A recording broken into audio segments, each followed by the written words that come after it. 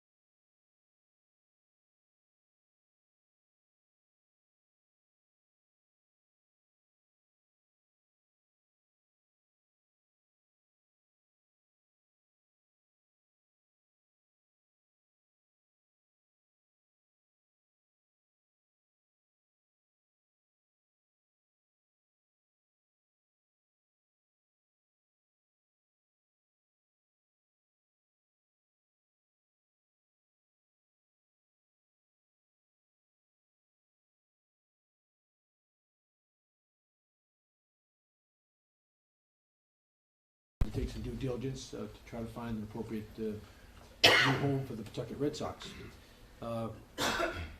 We had the objective then, we still have the objective now, is to keep the team in Rhode Island. There are only 30 AAA teams in all of the country and all of Major League Baseball.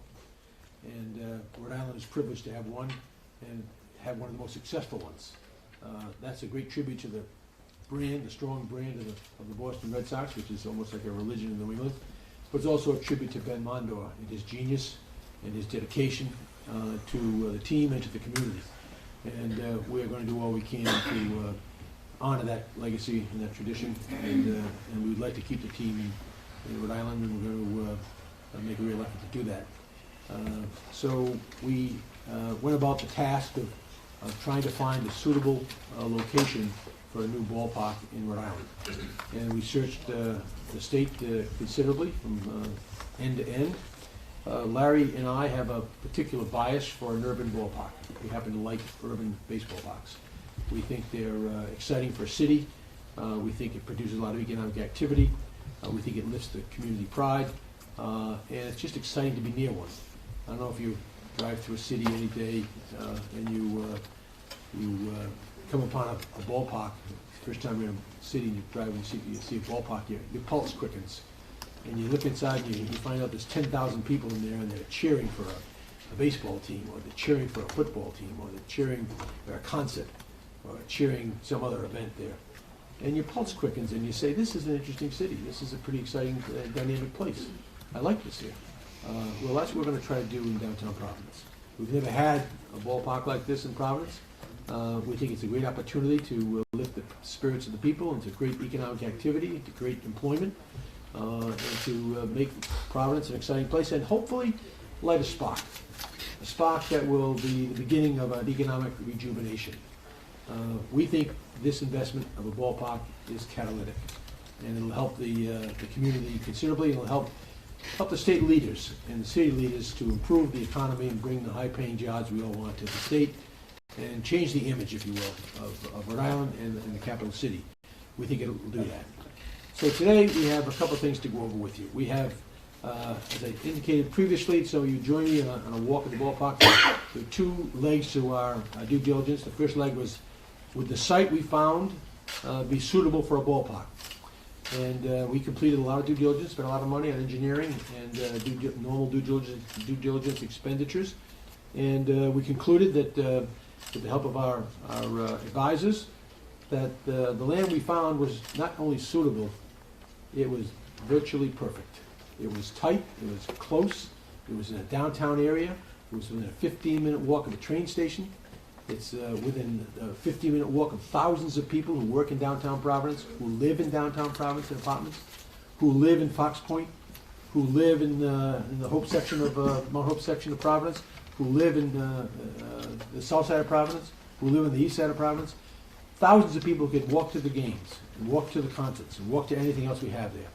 So, and the other beauty of it is, there'll be a bus that goes by that door from every city or town in Rhode Island, all 39 of them, because they're going to be stopping at an intermodal center, which is right across the street from the site of this ballpark.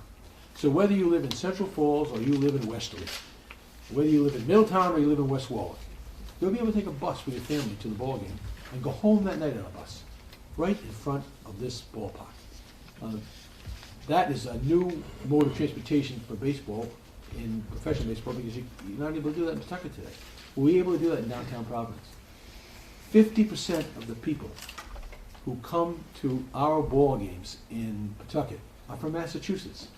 And most people think of the Pawtucket Red Sox as being strictly a Rhode Island institution, an icon. Well, it is an icon. It is a Rhode Island icon. But it also is one that is loved and beloved by people throughout southeastern New England, and in particular Massachusetts. Half of our fans come from Massachusetts.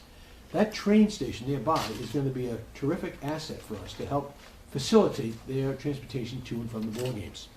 So we completed the real estate due diligence. And today, we're on the second part of that.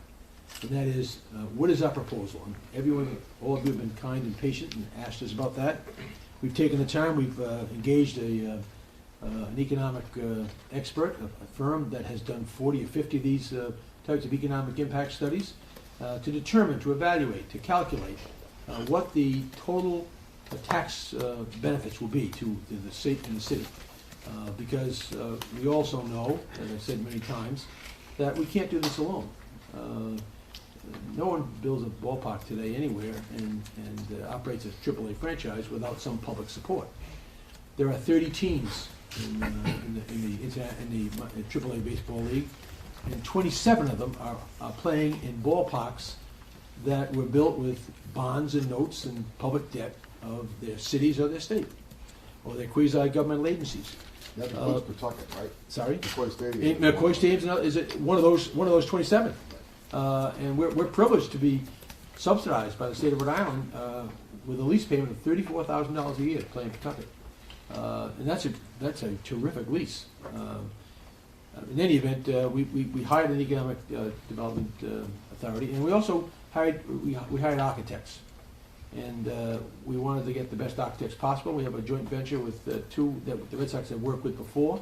And no one does things better than ballpark designs than the Red Sox do, and Larry Lucchino particularly.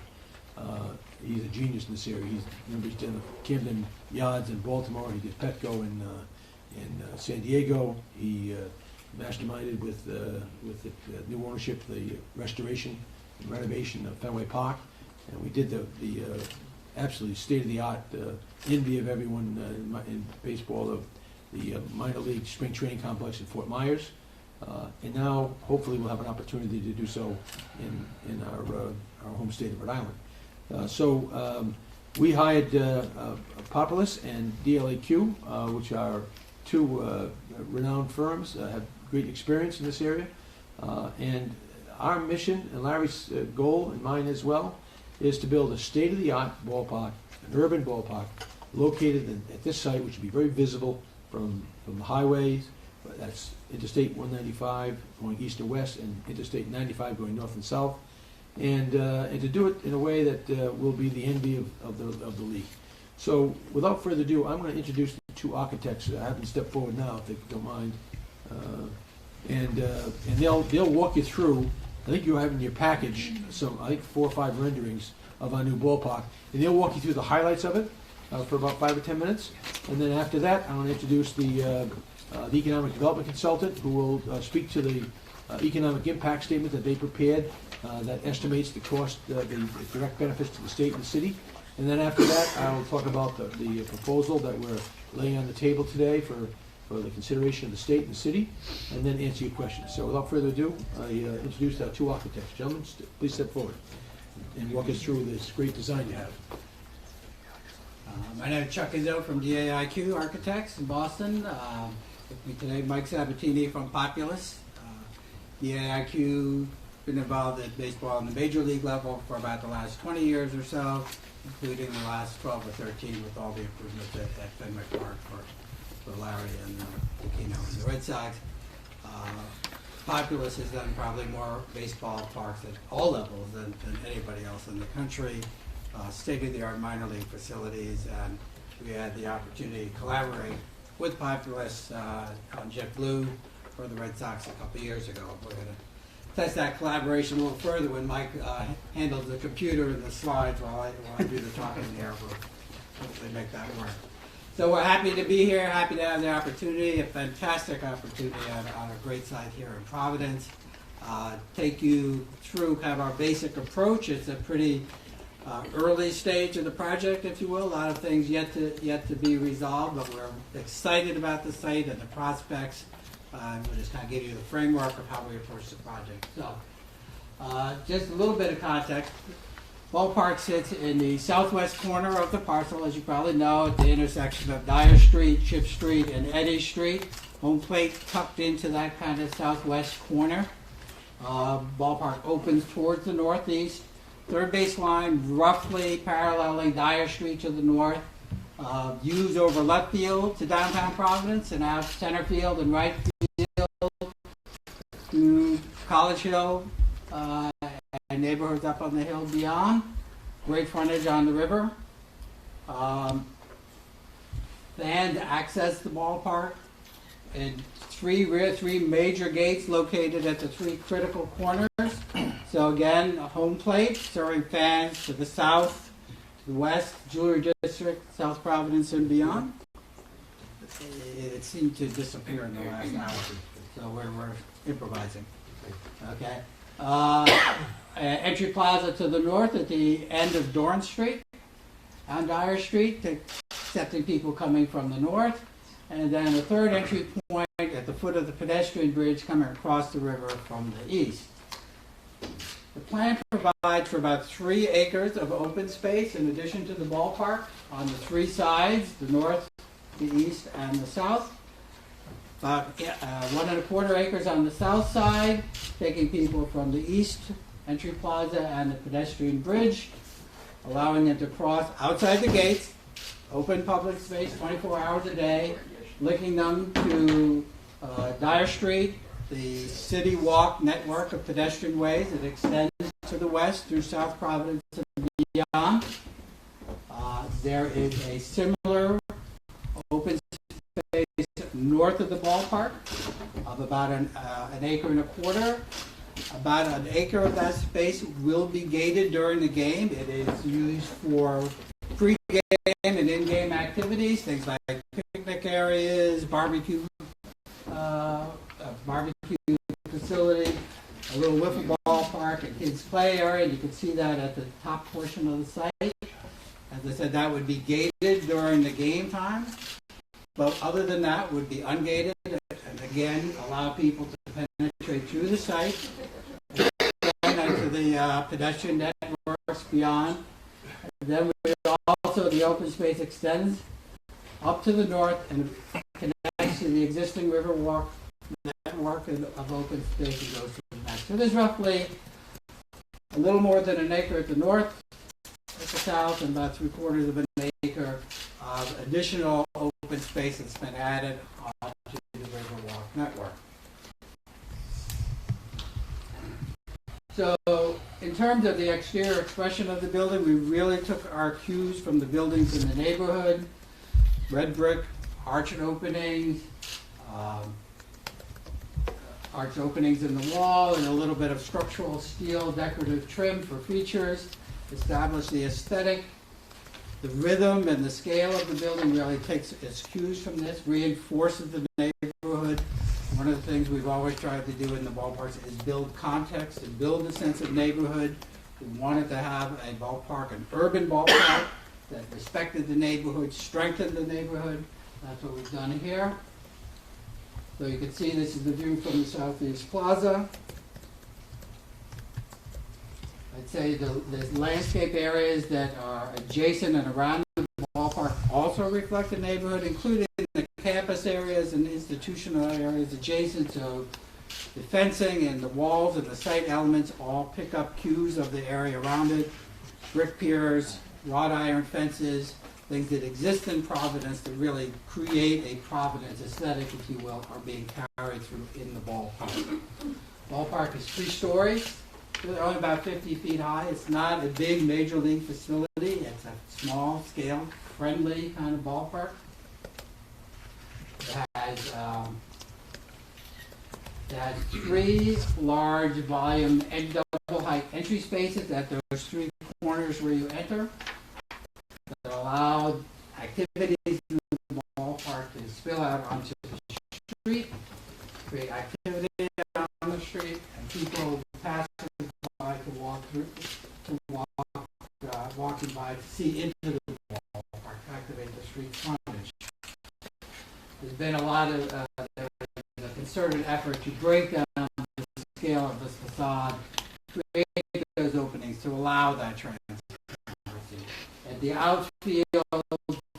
outfield wall, there are openings in the wall, so as you go down the Riverwalk, there are views into the ballpark. As you come through to those pregame amenity areas, the barbecue area, the picnic and the playground areas, on non-game days, as you walk through there, you have views right into the ballpark. It is really a transparent site that allows people to filter through it. Just in terms of of uses, the ground floor area has the 3 entrances at the 3 corners, and the rest of the ground floor is really taken up by state-of-the-art expanded player facilities. So locker rooms, expanded fitness and conditioning area, expanded clubhouse, just the state-of-the-art facilities.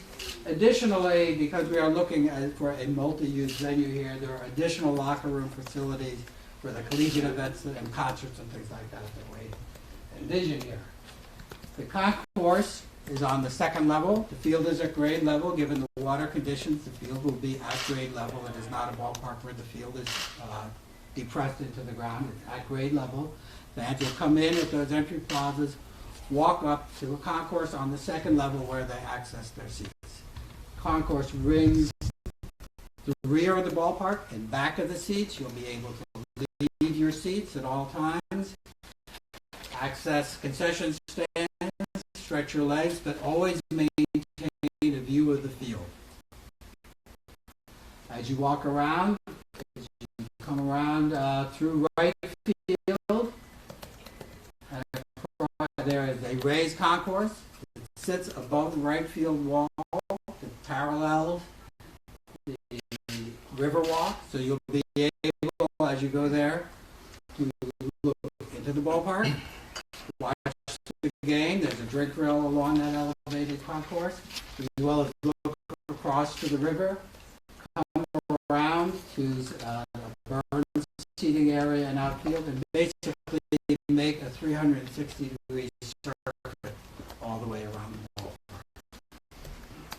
The upper 3rd level contains some additional group seating areas at media broadcast. There are about 20 rows of seats located in the bowl,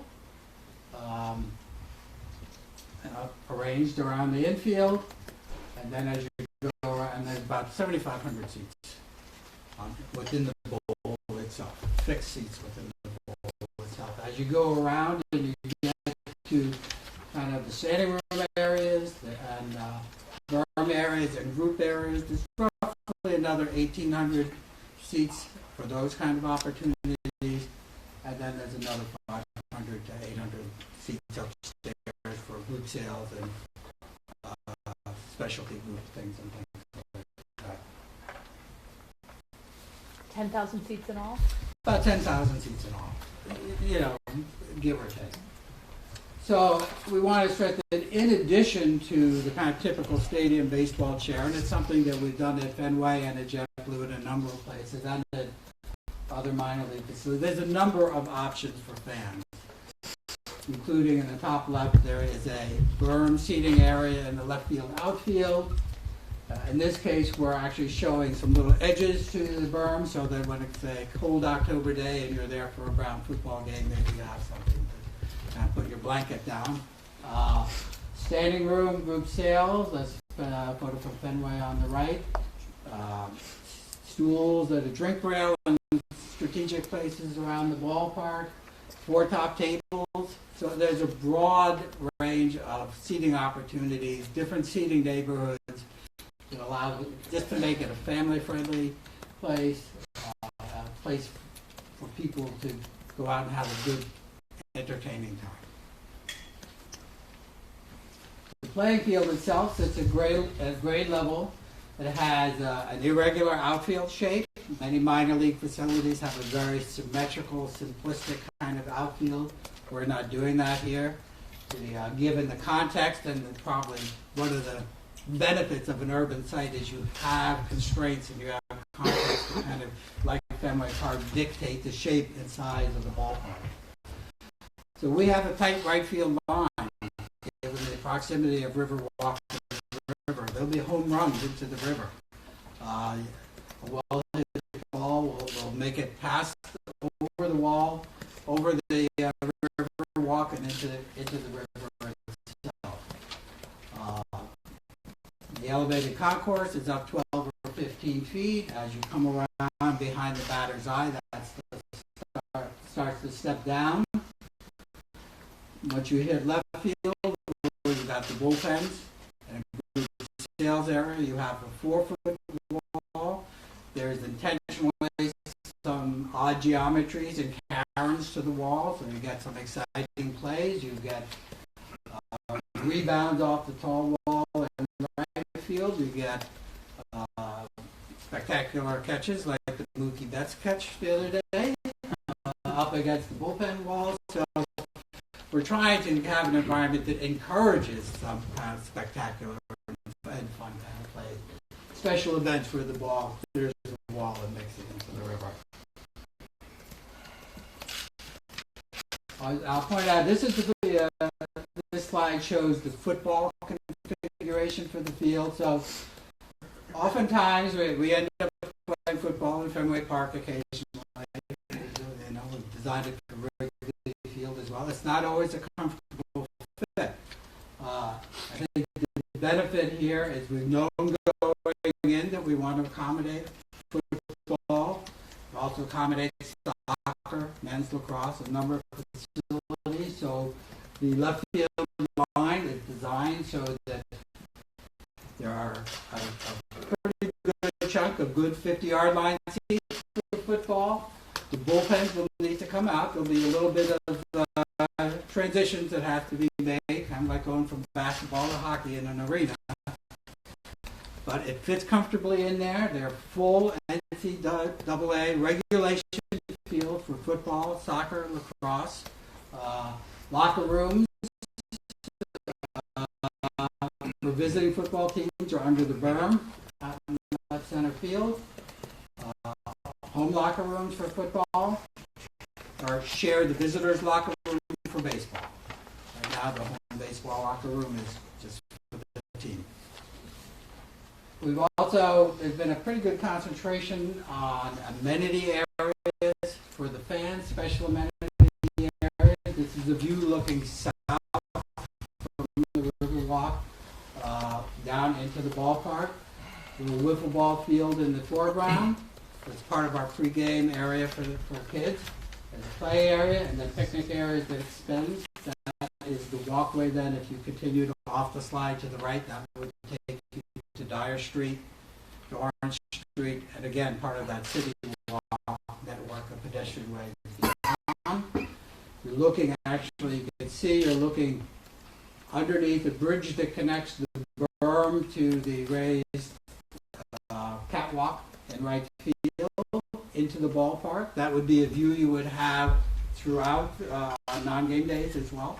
That would be available to people. Some of the things we're looking at, besides the Little League field, there are opportunities for speed of pitch kind of pregame activities for kids, a little fantasy play-by-play. There's a number of things that could all happen in that north concourse area, picnic tables.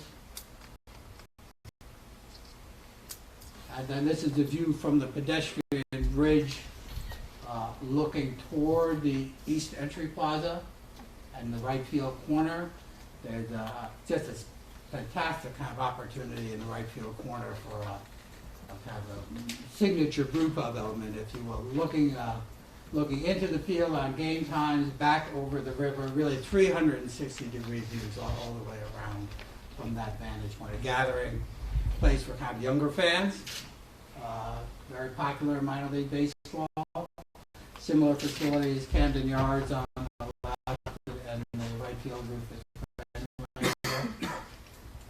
and lastly, it is a Rhode Island facility and ballpark. We're really looking at a signature element right now. We're showing a lighthouse out on the river walk as kind of a recognition of the maritime heritage of the Ocean State. Looking at ways of kind of taking advantage of that kind of heritage. Thank you, my friend. I'd like to ask our consultant, Richard Newman is here. Rich, you here? There you go. He's from Brailsford and Dunleavy, which is a nationally recognized economic consulting firm which does a number of economic impact studies and ballpark planning studies for a variety of teams around the country. And I would ask him if he would walk you through the calculations the economic impact statement and the direct benefits that we believe the state and the city will enjoy as a result of this investment. Rich? Jim? Good afternoon, everybody. Great to see a big crowd here. Baseball season just started, and the excitement's in the air, especially for me, a dyed-in-the-wool Yankee fan who went to the Red Sox game last night and cheered them on to victory. That's a joke. Come on now. This new Cubs now canceled? I'm Vice President of Major Accounts for Brailsford and Dunleavy. I've been with the firm for 2 years, but I've got a unique relationship with the firm because for the 13 years prior to that, I was President of Development for Mandalay Sports Entertainment, Mandalay Baseball Properties, arguably the premier owner-operator of minor league baseball teams in the country. Over that time period, we owned 11 affiliated minor league teams of all classifications. Critical mass at one time was 7, and I was responsible for team acquisition, team sales, and the R&D that goes into trying to put together these public-private partnerships. Extremely complicated deals, and as the saying goes, it was easy, everybody be doing it. I personally have been in over 50 markets exploring these types of opportunities and was a client of Brailsford and Dunleavy's during my entire tenure with Mandalay. So we worked very closely together. We would not have aligned ourselves with a firm who we didn't feel came with the highest street cred and professionalism. And I am really proud to be part of that organization today, essentially doing the same thing, sometimes from the other side of the table. But this opportunity is extraordinarily unique. Tremendous opportunity for the city and for the state of Rhode Island. The ownership group, second to none, obviously, the Red Sox brand, clearly second to none. So this is a generational, once-in-a-lifetime opportunity.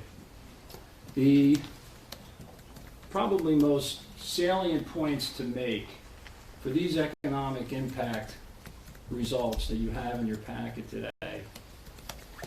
We, by design and through our methodology, are much more conservative than aggressive. Candidly, the other handful of firms in our industry tend to skew the other way because they want to tell their clients what they think the clients want to hear as opposed to what they need to hear. We want to make sure we're skewing in the other direction. There are no multipliers in these numbers. No multipliers whatsoever. And we've had the debate, we've had the arguments about should the multiplier be 1.2, should it be 1.7, should it be 3.5, as that money spins around through the economy. Not in these numbers. These are direct impacts with no multipliers. So, when we talk about the construction period, one-time shot, this is for a $70 million ballpark with $15 million of additional investment by the ownership group wrapped around it and under it. We talk about $15.3 million in direct economic activity. That's the purchase of goods and services to get this ballpark built in what will be roughly an 18-month construction period. Direct wages for those people who are working on the project, $20.4 million, and full-time equivalent jobs, 405. Now, these are real numbers. It's not due to math. I pride myself, and the firm prides ourselves in talking about the reallys. So the total fiscal benefit to the state, $1.64 million during that construction period. microphones. I'm an old high school teacher, so I tend to roam in front of the classroom. Thank you. Recurring benefits, direct economic activity of $12.3 million. Again, goods and services on an annual recurring basis that takes place in and immediately around the ballpark as 600 to 700,000 fans attend these 72-plus minor league baseball games.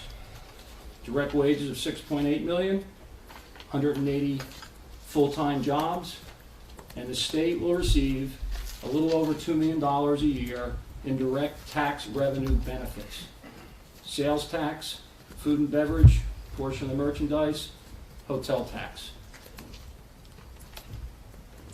the city, and again, each market's different, each political subdivision setup is different. The city will realize about $175,000 a year in that type of direct tax benefit. Certainly considerably smaller, but that's the nature of the way the political subdivisions are set up in Rhode Island. And the 30-year net present values for those amounts, the state, $38.6 million, the city, $3.2 million, direct economic activity, $268 million, direct wages, $160 million. Those are real numbers, they're not inflated. We feel very confident in these numbers. We are going to proceed with our client to answer any questions that you, as members of the media, might have, as well as any of the elected officials who may have questions and interactions in the near future. The questions they'll all be available for questions following this. Thank you very much, Rich. I will now address the proposal that we're putting forth this morning, or this afternoon. And that'll complete the presentation, and will be available for questions and answers after that. We have studied this issue very seriously, and we wanted to, our objective is to stay in Rhode Island, and as we said several times, and not only because it's my hometown and my state, but half our ownership essentially has Rhode Island ties and half has Massachusetts ties primarily. And but we have concluded that we would like to continue to keep Rhode Island as our home for AAA baseball for the Red Sox. And but we also need a new ballpark, and we also know that ballparks across the country are primarily publicly funded, and we just didn't think that was going to be possible here, and we didn't want to ask to do that. We didn't want to have any public debt. We didn't want to have any public bonds issued, notes. If we were going to stay in Rhode Island, we'd finance it ourselves. We would contribute to all our private dollars to build the ballpark,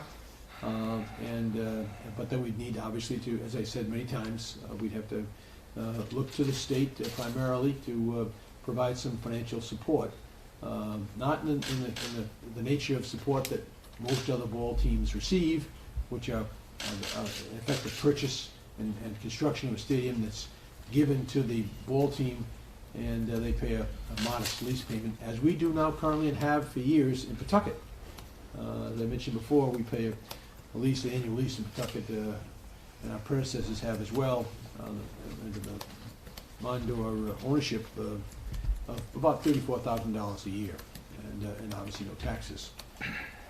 We found the site, and it's a gem of a site, and when you find gems of sites, they're going to cost a bit more, and so we discovered that what we'd like to do in this ballpark will require us to relocate some utilities, and so that was a significant additional add-on cost.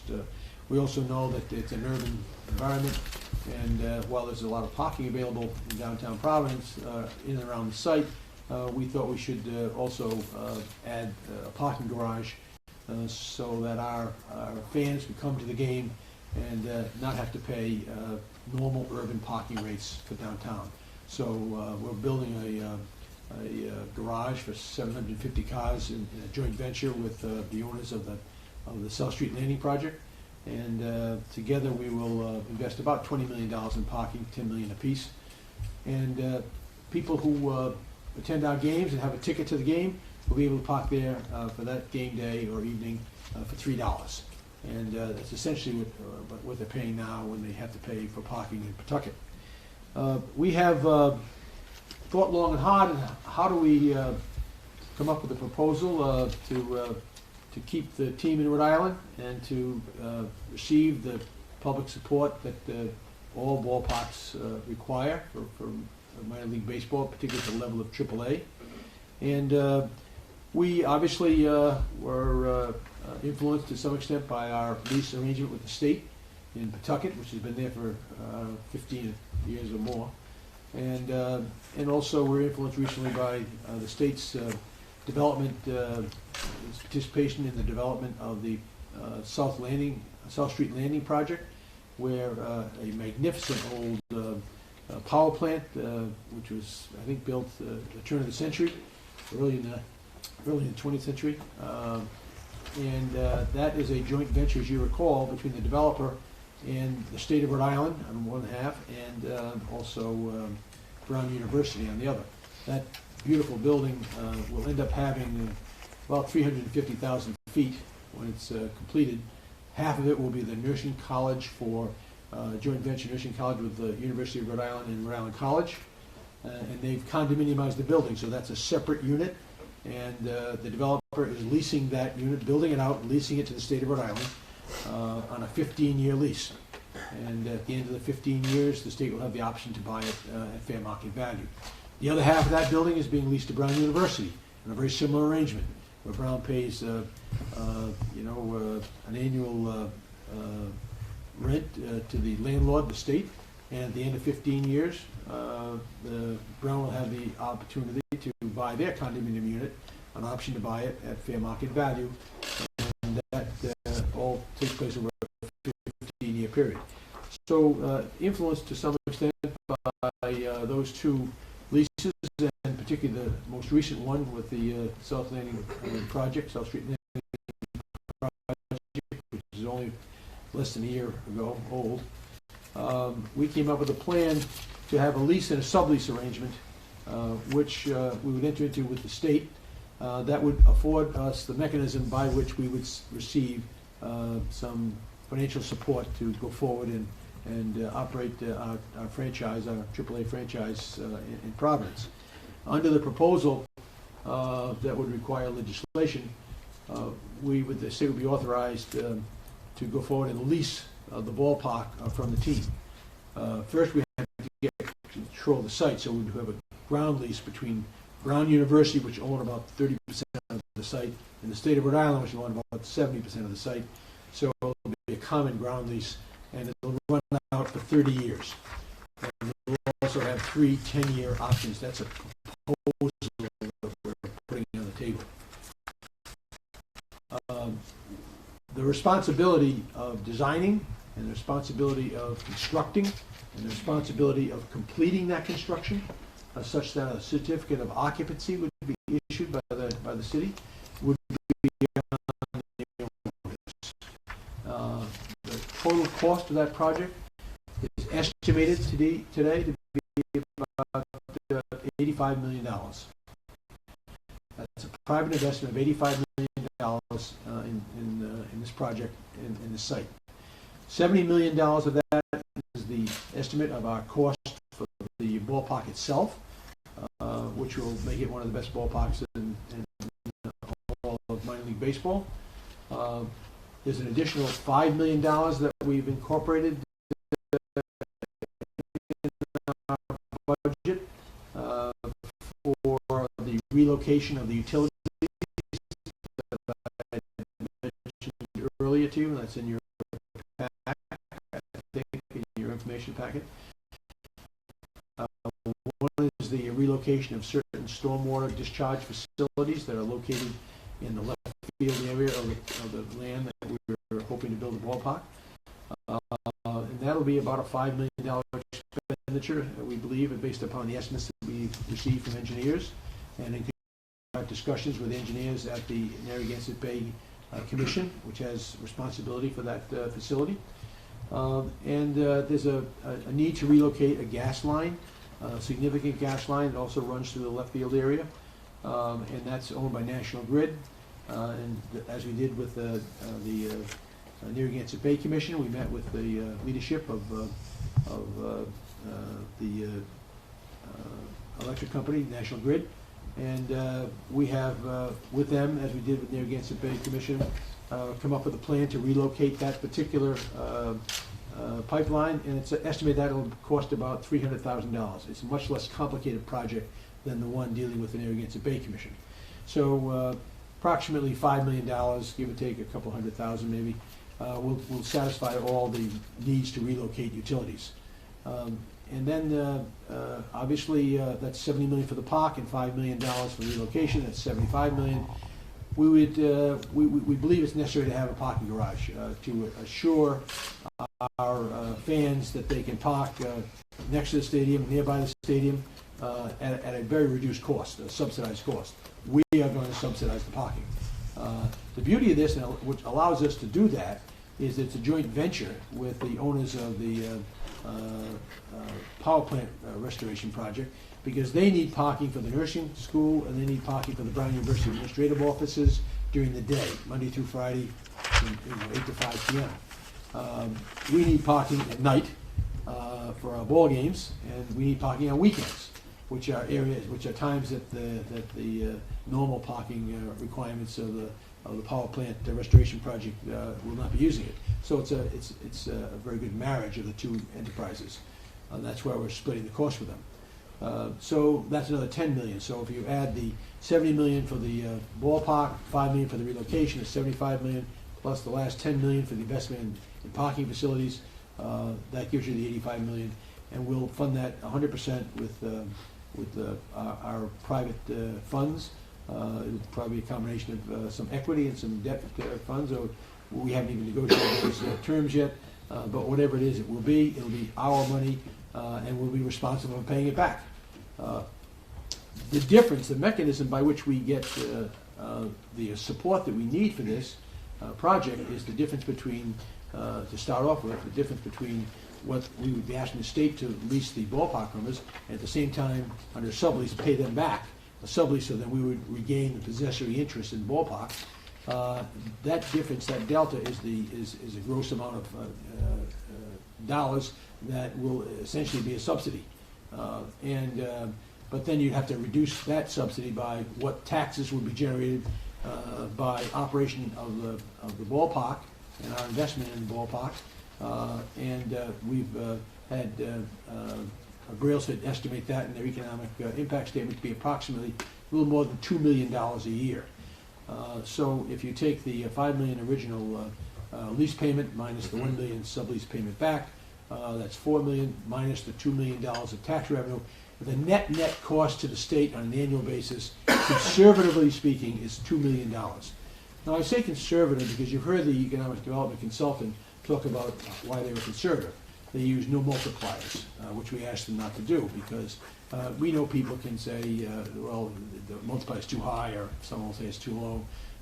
But we know one thing, there is a multiplier effect. So it'll be more than $2 million, but we don't know what that will be. But when they calculated that $2 million number, they only calculated it for baseball. They didn't calculate it for anything else. And as you know, we are trying to build an all-purpose stadium, a multi-purpose stadium. And it is our dream to see college football come to downtown Providence. And we have been in discussions with Brown University and the University of Rhode Island. No agreements have been reached, but I am hopeful that we can persuade and convince both Brown University and the University of Rhode Island to play their football games in our ballpark. I'm hopeful that will take place. This is part of our dream. That would mean, ladies and gentlemen, that from early September to Thanksgiving, virtually every Saturday, there'll be a college football game in downtown Providence in our ballpark. And on some Saturdays, there'll be two games. There'll be one at noontime, and there'll be one in the evening. There could even be one on a Thursday or Friday night, depending upon schedules of the teams. I should also add Bryant University. We're hopeful we'll invite also to consider playing one or two games down there. We've had discussions with them, and they are also, as is the University of Rhode Island, as is Brown University, they're also interested in pursuing those discussions with us and see if we can't come up with a plan that makes sense for everybody. So in addition to 72 baseball games and maybe a couple of playoff games, which we hope to have, we hope to have somewhere around 12 to 13 maybe football games a year in downtown Providence, and that'll be very exciting to see college bands marching across the streets of Providence and thousands of fans. The capacity for college football will be a little bit higher than it will be for baseball. You saw the renderings in the football configuration. We will be erecting some additional temporary stands along the outfield grass, and that will add about 2,000 more to the 10,000 that we have for baseball, so we'll have a capacity of about 14,000. In addition to playing baseball and playing football in our ballpark, We also hope to have some other college sports played there. We'd like to see some lacrosse games played there. Brown University and Bryant University are two great lacrosse colleges, both nationally ranked. Both of them would be discussing us the possibility of hosting some games there, maybe even a college tournament, with inviting some of the great teams that of lacrosse around the country, because both of those teams we have in Rhode Island are nationally ranked, and they're excited about that prospect. I think we can bring thousands of people into our ballpark to see first-rate, high-quality college lacrosse. Providence College has gone to the Final Four last year in soccer. I'd like to see Providence College play a couple of soccer games down there if it's at all possible. Well, depending upon the season and how we can arrange it. But the point is, we want to have uses of this ballpark beyond baseball, beyond football, and including into But in addition to that, we want to do additional things there. We'd like to have some concerts in downtown Providence. As you know, one of the benefits of being associated with the Boston Red Sox and my partner Larry Lucchino is I've gone to school up there and seen what the Red Sox have done with Fenway Park. And every other year, they erect a hockey rink, a skating rink in the infield. We can do the same in Providence. And they have a college hockey tournament there with Boston College and Boston University and other hockey schools, and Providence College, national champion. Well, national champion Providence College could host a hockey tournament in downtown Providence with Brown University as their co-host. And they can invite other schools like from Boston, Boston College and Boston University, Northeastern, whatever the other schools are available, Notre Dame perhaps.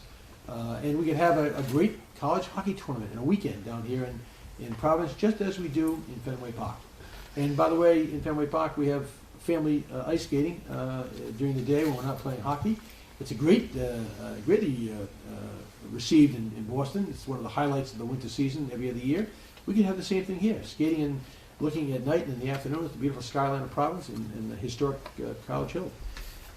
We also have a state that features and is celebrated for its high school hockey. We've got some great high school hockey teams here.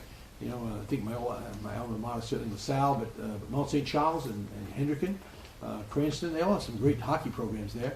And we could have a high school hockey tournament in downtown Providence during those the alternate years we have a facility down there. And we could actually invite some of the teams from Massachusetts, which is also a hotbed of high school hockey. So picture, if you will, 3 or 4 days of exciting, exhilarating, first-rate high school hockey games.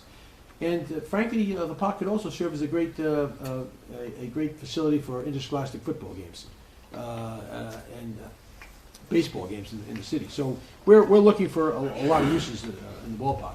So our proposal essentially boils down to this. It's a multi-use facility. It'll have use 12 months of the year. We also hope to have a club associated inside, which Brown University would like us to have, that accommodate dinners and future business meetings for the university or for other businesses that look for an opportunity to have meetings and have food there. And then they could tour the ballpark like they do with the EMC Club in Fenway Park in Boston. So we hope to have that as also available. So in summary, for a cost net of $2 million, our proposal suggests